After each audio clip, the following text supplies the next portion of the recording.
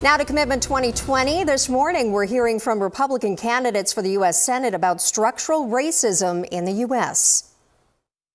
I do not believe there's structural racism in the United States. I do not believe there's systemic racism in the United States. There are people who are racist, and we must constantly find people who are racist and make sure they're not in positions to cause problems.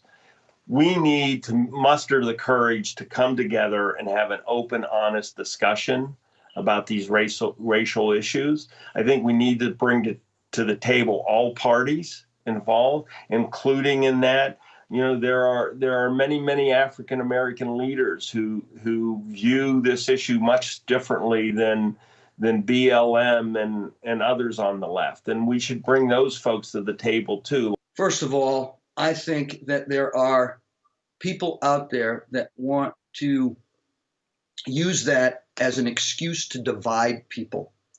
I believe, first and foremost, and I have said this before, that I have served my country to protect Americans. And Americans are of all colors, of all sex, of all religion, of all orientation, content of their character, the quality of their personal nature, right? And their performance, what kind of person they are. We live in a country of laws.